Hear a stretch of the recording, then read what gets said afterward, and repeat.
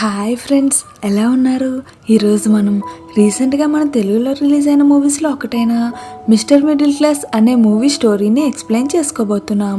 అయితే మూవీలోకి వెళ్లే ముందు ఒక స్మాల్ రిక్వెస్ట్ ఫ్రెండ్స్, ఈ వీడియోని చూస్తున్న వాళ్ళలో ప్రతి ఒక్కరూ మన వీడియోకి ఒక లైక్ కొట్టి మన ఛానల్ని తప్పకుండా సబ్స్క్రైబ్ చేసుకోండి. అలాగే ప్రక్కనే ఉండే గంట సింబల్ని కూడా క్లిక్ చేయండి. ఇంకా మనం ఏమాత్రం ఆలస్యం చేయకుండా మూవీ స్టోరీలోకి వెళ్ళిపోదాం.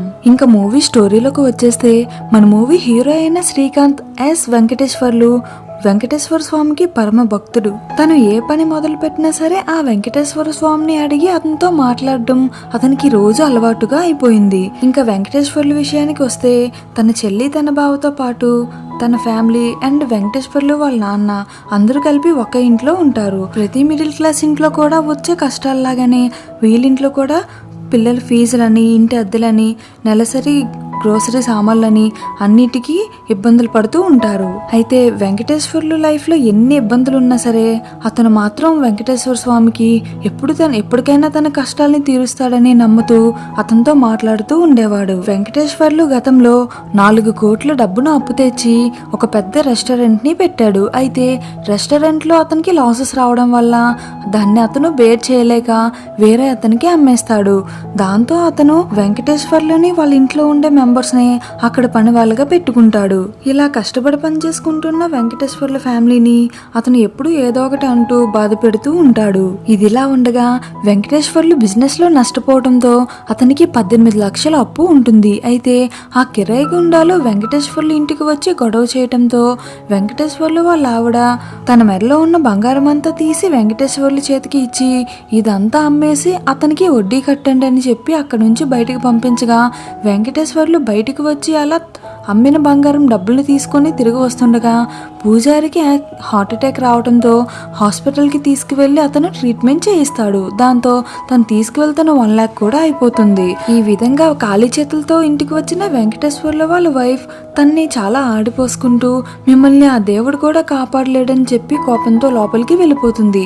మరొక వైపు ఆ కిరాయి గొండలో వడ్డీ అడగగా వాళ్ళకి ఈ విషయాన్ని చెప్తే వాళ్ళు ఏమాత్రం నమ్మరు. అయితే ఆ పూజారి వాళ్ళ వైఫ్ అండ్ పిల్లలు ఇతని దగ్గరికి వచ్చి కాళ్ళు పట్టుకుని మా ఆయన్ని బ్రతికించినందుకు థ్యాంక్స్ బాబా అని చెప్తారు. దాంతో ఆ కిరాయి గుండాలు కూడా చాలా ఎమోషనల్ అయ్యి అక్కడి నుంచి అతనికి తిరిగి డబ్బులు ఇచ్చి అక్కడి నుంచి వెళ్ళిపోతారు.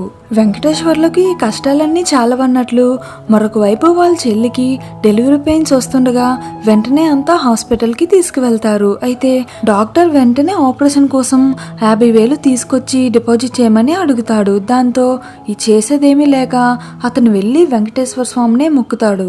కానీ రియాలిటీని అర్థం చేసుకున్న వాళ్ళ వైఫ్ వాళ్ళ ఫ్రెండ్ని అడిగి 50,000 తీసుకొచ్చి వెంకటేశ్వర్లు చేతిలో పెడుతుంది. ఈ విధంగా డబ్బులు సెట్ అవగానే వెంకటేశ్వర్లు ఇదంతా 7 కొండలవాడు మహిమ అని చెప్పి దేవుడికి మొక్కి అక్కడి నుంచి వెంటనే వెళ్ళి ఆపరేషన్ చేయిస్తాడు.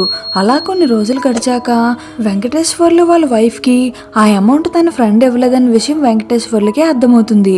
వెంటనే వెళ్ళి అందరి ముందు నీకు ఈ అమౌంట్ ఎవరు ఇచ్చారని నిలదీయగా వాళ్ళ వైఫ్ నిజం చెప్పదు. దాంతో వెంకటేశ్వర్లు కోపం వచ్చి ఒక్కసారిగా తన్ని కొడతాడు. వెంటనే వాళ్ళు ఎక్కడ పనిచేస్తున్నారో ఆ హోటల్ మేనేజర్ వచ్చి నా కౌంటర్లో దొంగతనం చేస్తే వచ్చాయని చెప్తాడు. వెంకటేశ్వర్లు వాళ్ళ వైఫ్ అలా దొంగతనం చేసినందుకు చాలా బాధపడతాడు. కానీ అక్కడ వేరే ఆప్షన్ లేదు. ఒక ప్రాణాన్ని కాపాడాలంటే ఇంతకంటే తనకి వేరే ఆప్షన్ కనిపించలేదు. అందుకే తను అలా చేసిందని తను అర్థం చేసుకుని వెంటనే తన చిన్నప్పటి నుంచి తను ఎంతో ప్రేమగా నమ్ముతున్న వెంకటేశ్వర స్వామి తన కష్టాల్లో ఉన్నా కూడా అసలు చూసి ఎలాంటి చలనం లేకుండా ఉంటున్నాడని అతని మీద కోపం వచ్చి వెంకటేశ్వర్లు అలుగుతాడు. అలా అలిగి తన ఇంట్లో ఉండే పూజా గదిలో వెంకటేశ్వర స్వామి ఫోటోని ఇంకా పూజా సామాగ్రిని ఒక సంచిలో వేసి అటుకు మీద ఎక్కించేస్తాడు. వెంకటేశ్వర్లు కోపంలో చేస్తున్న ఈ పని చూసి ఇంట్లో ఉన్న వాళ్ళంతా ఒక్కసారిగా షాక్ అవుతారు. ఈ విధంగా కొన్ని రోజులు గడిచాక వెంకటేశ్వర్లకి వాచ్మెన్ ఉద్యోగం దొరుకుతుంది. అలా వాచ్మెన్ జాబ్ లో ఫస్ట్ డే చేస్తూ ఆ రోజు రాత్రి అక్కడ టెంపుల్లో కాపలా ఉండగా స్వయాన ఆ వెంకటేశ్వర స్వామి అతని దగ్గరికి వెళ్ళి నీకేం కావాలో నన్నే వెంకటేశ్వర స్వామి అనుకుని అడుగు, నీ కష్టాలన్నీ తీరుస్తానని అడుగుతాడు.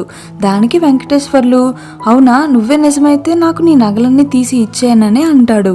వెంటనే స్వామివారు అతని నగలను తీసి వెంకటేశ్వర్లకి ఇచ్చేస్తారు. వెంకటేశ్వర్లు వెంటనే ఇంటికి వెళ్ళి వాళ్ళ భార్య అయిన లీలా ఇంకా వాళ్ళ నాన్నతో, స్వయాన స్వామి వచ్చి నాకు ఈ నగలు తొడిగారని చెప్తే ఇతనికి పిచ్చి పట్టిందేమని చెప్పి వాళ్ళు అనుకుంటారు. అయితే వెంకటేశ్వర్లు ఇంట్లో నగలన్నీ తీసి ఉంచి ఒక చేతికి ఉన్న కడియాన్ని మాత్రమే ఒక బంగారపు షాపుకి తీసుకువెళ్ళి అక్కడ చెక్ చేయిస్తాడు. ఈ విధంగా బయటకు తీసుకువెళ్ళిన కడియం వాల్యూ ఎన్నో కోట్లు విలువ చేసి ఉంటుందని ఆ బంగారపు షాప్ అతనికి తెలుస్తుంది. అయితే ఇది నిజమైన బంగారమేనని చెప్పి వెంకటేశ్వర్లతో చెప్పి అక్కడి నుంచి తిరిగి పంపిస్తాడు. వెంటనే అతనికి నిజంగానే స్వామివారు కనిపించారని చెప్పి హ్యాపీనెస్తో ఇంటికి వచ్చిన వెంకటేశ్వర్లకి ఇంట్లో ఉన్న తన భార్య అయిన లీలా ఒక పెద్ద షాక్ ని ఇస్తుంది. వెంకటేశ్వర్లు ఈ విధంగా పిచ్చివాడుగా ప్రవర్తించడం చూడలేని లీలా ఆ నగలన్నీ తీసుకువెళ్లి గిల్ట్ నగలు అనుకుని ప్రవహించే నదిలో విసిరేస్తుంది. ఈ విషయాన్ని తెలుసుకున్న వెంకటేశ్వర్లు చాలా బాధపడతాడు. అక్కడి నుంచి వెంటనే వెళ్ళి అక్కడ వెతికినా సరే ఎలాంటి నగలు దొరకవు. వెంటనే తిరిగి బయటకు వచ్చి మరలా తన కష్టాలు స్టార్ట్ అయ్యాయని చెప్పి మరలా వెంకటేశ్వర స్వామిని పిలుస్తాడు. ఇలా పిలిచిన వెంకటేశ్వర్ల దగ్గరికి వెంటనే ఆ వెంకటేశ్వర స్వామి వస్తాడు.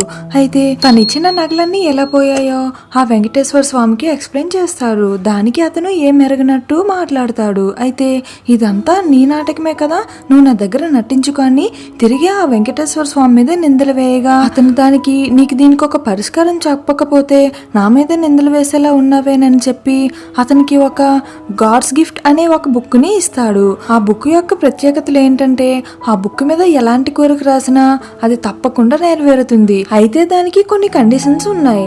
అదేంటంటే సృష్టికి విరుద్ధంగా ఏది కోరకూడదు, చనిపోయిన వారిని బ్రతికించమని కూడా అడగకూడదు, అండ్ అందులో ఏదైనా తప్పు రాస్తే వెంటనే ఆ పేజీ కాలిపోతుంది, అండ్ అలాగే ఆ బుక్ లో 10 పేజీలు మాత్రమే ఉంటాయి. ఈ విధంగా ఇంటికి వెళ్ళిన వెంకటేశ్వర్లు ఆ బుక్ పనిచేస్తుందో లేదని చెప్పి ట్రై చేయడానికి ఆ రోజు రాత్రి వాళ్ళ ఇంట్లో ఒక పెద్ద పెట్టెతో చాలా డబ్బు పడాలని అనుకుంటాడు. అతను అనుకున్నట్లుగానే ఆకాశం నుంచి ఒక పెద్ద పెట్టె వచ్చి వాళ్ళ ఇంటి మీద పడుతుంది. అందులో చాలా డబ్బు ఉండగా వెంకటేశ్వర్లు వెంటనే ఒక పెద్ద విల్లాని కొనుక్కొని ఏ వెంకటేశ్వర స్వామి ఫోటోనైతే అతను అలిగి అటుకు మీద పెట్టేశాడో అదే ఫోటోని తీసుకువెళ్లి వాళ్ళ హౌస్ ఓపెనింగ్ చేస్తాడు. అంతేకాదు వెంకటేశ్వర్లు ఒక టాప్ మోడల్లో ఉండే ఒక కార్ని కూడా కొంటాడు. దాంతో ఆ ఏరియాలో ఉండే పెద్ద పెద్ద వాళ్ళ కళ్ళంతా అండ్ వాళ్ళ ఇంటి చుట్టుపక్కల ఉన్న వాళ్ళ కళ్ళు వెంటనే వెంకటేశ్వర్లు వాళ్ళ ఇంటి మీద పడతాయి. ఎందుకంటే నిన్న మొన్నటి వరకు తినడానికి ఇబ్బంది పడే వెంకటేశ్వర్లు సడన్ గా ఇంత డబ్బుని ఎలా సంపాదించాడని చెప్పి అందరి కళ్ళు అతని మీద పడి అతని మీద అసూయ పెరుగుతుంది.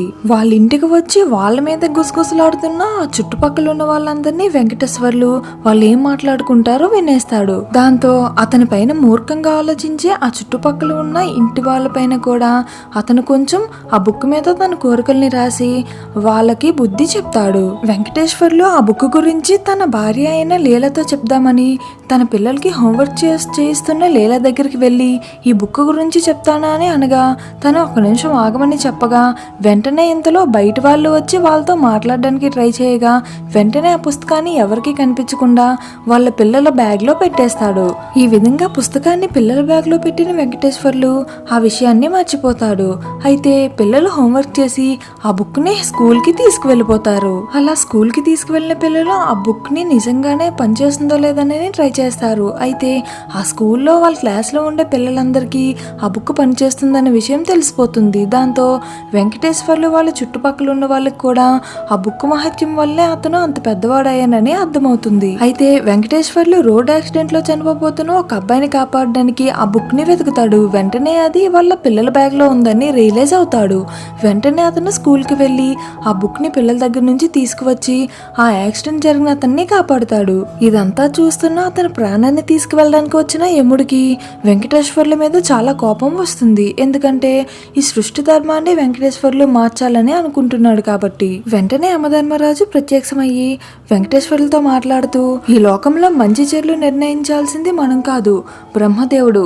సో నువ్వు ఇలా చేసినందుకు నీ కర్మని నువ్వు తప్పకుండా అనుభవిస్తావని చెప్పి అక్కడి నుంచి వెళ్ళిపోతాడు. ఇలా 2 రోజులు గడిచాక ఆ వెంకటేశ్వర్లు కాపాడిన ఆ పర్సన్ ఒక డాక్టర్ అవ్వాల్సిన అమ్మాయి దగ్గరికి వెళ్ళి వెళ్ళి కత్తి పట్టుకుని ఆ అమ్మాయి గొంతు కోసి చంపేస్తాడు. వెంకటేశ్వర్లు అది చూసి చాలా బాధపడతాడు. తను ఆ అబ్బాయిని కాపాడడం వల్లనే కదా ఇప్పుడు ఆ అమాయకమైన అమ్మాయి చనిపోయింది అని చెప్పి అప్పుడే అర్థం చేసుకుంటాడు. అయితే వెంటనే అక్కడికి బ్రహ్మదేవుడు వచ్చి, చెప్పాను కదా ఈ సృష్టి ధర్మాన్ని నువ్వు మార్చలేవు, ఆ రోజు నువ్వు ఆ అబ్బాయిని కాపాడకపోయి ఉంటే ఈ రోజు ఈ అమ్మాయి చనిపోయేది కాదని చెప్పి అక్కడి నుంచి వెళ్ళిపోతాడు. దాంతో వెంకటేశ్వర్లకి ఎవరు రాతని తను మార్చలేడని చెప్పి అర్థమవుతుంది. మరొక వైపు వెంకటేశ్వర్లు ఇంటి దగ్గర ఉండే నైబర్స్ వెంకటేశ్వర్ల గ్రోత్ ని ఎలా అయినా ఆపాలని ఈడి వాళ్ళకి డబ్బులు ఇచ్చి మరి అతని ఇంటి మీదకి రైడ్ కి పంపిస్తారు. ఇక్కడ మిస్టీరియస్ విషయం ఏంటంటే ఆ నైబర్స్ ఆ గాడ్స్ గిఫ్ట్ బుక్ ని తీసుకొచ్చి వాళ్ళకి ఇమ్మని చెప్పి ఆ ఈడీ ఆఫీసర్స్ ని అక్కడికి పంపిస్తారు. ఈ విధంగా వెంకటేశ్వర్లు ఇంటికి వెళ్ళి ఈడీ ఆఫీసర్స్ మొత్తం అంతా సోదాలు చేసి అక్కడ దొరికిన డబ్బుని ఇంకా పుస్తకాలన్నింటినీ తీసుకుని వెళ్ళిపోతారు. మరోవైపు ఆ పుస్తకం ఆ మూర్ఖుల చేతికి వెళ్ళడం వల్ల వాళ్ళు వెంకటేశ్వర్లు నాశనం అయిపోవాలని చెప్పి మట్టి కొట్టుకుని పోవాలని చెప్పి రాసి ఉంటారు. దాంతో వెంటనే వెంకటేశ్వర్లు డబ్బంతా ఒట్టి కాగితాలుగా మారిపోతుంది. వెంటనే పోలీసులు వచ్చి వెంకటేశ్వర్లు అరెస్ట్ చేసి తీసుకువెళ్ళిపోతారు. ఆ తర్వాత ఆ దుర్మార్గులు వాళ్ళ గురించి ఆ బుక్ లో రాద్దామని ట్రై చేయగా వెంటనే అక్కడికి సునీల్ వచ్చి వాళ్ళని తీసుకువెళ్ళిపోతాడు. వాళ్ళ పిల్లలతో పాటు అక్కడికి తీసుకువెళ్ళిపోవడం వల్ల వాళ్ళ పిల్లల ద్వారా ఆ బుక్ లో ఏం రాసినా జరుగుతుందని సునీల్ తెలుసుకుంటాడు. దాంతో వెంటనే సునీల్ ఒక పెద్ద ట్రక్ తో అక్కడికి డబ్బు రావాలని అనుకుంటాడు. అతను అనుకున్నట్లుగానే ఒక పెద్ద కంటైనర్ తో అక్కడికి డబ్బు రావడంతో అది నిజమేనని చెప్పి ఆ డబ్బును నిలబెట్టుకోవడానికి ఈ దేశానికి సీఎం అవ్వాలని అనుకుంటాడు. కానీ దేశానికి సీఎం ఉండడు కాబట్టి ఆ పుస్తకం ఒక్కసారిగా కాలిపోతుంది. మరొక వైపు లీలా వర్షం పడుతున్నప్పుడు తన పిల్లల్ని స్కూల్ నుంచి తీసుకురావడానికి వెళ్ళగా వాళ్ళ ముగ్గురు వర్షంలో తడుచుకుంటూ వస్తుండగా అక్కడ వర్షం నీటికి ఒక గోడలు కరిగిపోయి ఆ గోడలు లీలా ఇంకా పిల్లల మీద పడిపోయి వాళ్ళు రక్తంతో అక్కడే పడిపోతారు. మరొక వైపు అప్పుడు కాపాడిన పంతులు గారు వెంకటేశ్వర్ల దగ్గరికి వెళ్లి జైలు నుంచి అతన్ని బెయిల్లో బయటికి తప్పిస్తాడు. అయితే వెంటనే అతని భార్య లీలా దగ్గరికి వెళ్లి ఆమె అక్కడ కింద పడ్డం చూసి వెంటనే పిల్లల్ని ఇంకా లీలాని హాస్పిటల్ కి తీసుకువెళ్లి జాయిన్ చేస్తాడు. సరిగ్గా అదే టైంకి వెంకటేశ్వర్లకి యమధర్మరాజు చెప్పిన మాటలు గుర్తొస్తాయి. అతను చెప్పిన కర్మఫలమే ఇదంతా ఇప్పుడు తను అనుభవిస్తున్నాడని అతనికి అర్థమవుతుంది. ఇప్పుడు తన భార్య బిడ్డలు చావు బ్రతుకుల్లో ఉన్నారు కాబట్టి ఆ బుక్ ఉంటే వాళ్ళు ఎలా అయినా సరే బ్రతుకుతారని ఆ బుక్ని వెతుక్కుంటూ వెంకటేశ్వర్లు ఆ రౌడీల దగ్గరికి వెళ్తాడు.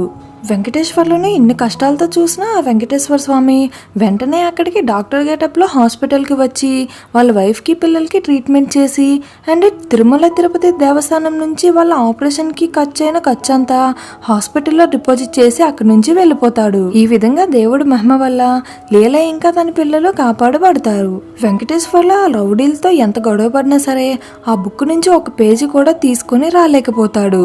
తర్వాత హాస్పిటల్కి వచ్చి చూస్తే ఈ విధంగా వెంకటేశ్వర స్వామి తన భార్య పిల్లల్ని కాపాడారని చెప్పి అతను చాలా హ్యాపీగా ఫీల్ అవుతారు. అప్పటి నుంచి వెంకటేశ్వర్లు ఈ విధిలో ఏం రాసినా సరే దానికంటూ ఒక రీజన్ ఉంటుందని అర్థం చేసుకొని మన తలరాతని ఎవరూ మార్చలేరని చెప్పి అనవసరమైన కోరికల్ని వెంకటేశ్వర్లతో చెప్పి కోరడం మానేశాడు.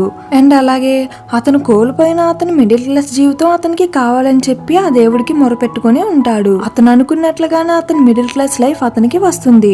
లాస్ట్ కి వెంకటేశ్వర్లకి వాళ్ళ అబ్బాయి స్కూల్ కి తీసుకువెళ్ళిన బుక్ లో ఒక పేజీ చింపి తన పాకెట్ లో పెట్టుకోవడం వలన వెంటనే ఆ పేపర్ ని తీసి వాళ్ళ నాన్నకి ఇవ్వగా తను పోగొట్టుకున్న ఆ వెంకటేశ్వర స్వామి నగలు దొరకాలని అనుకుంటాడు. అయితే ఆ నగలు దొరికాక వెంటనే తీసుకువెళ్ళి ఆ వెంకటేశ్వర స్వామికి ఇచ్చి తన రుణం తీర్చుకుంటాడు.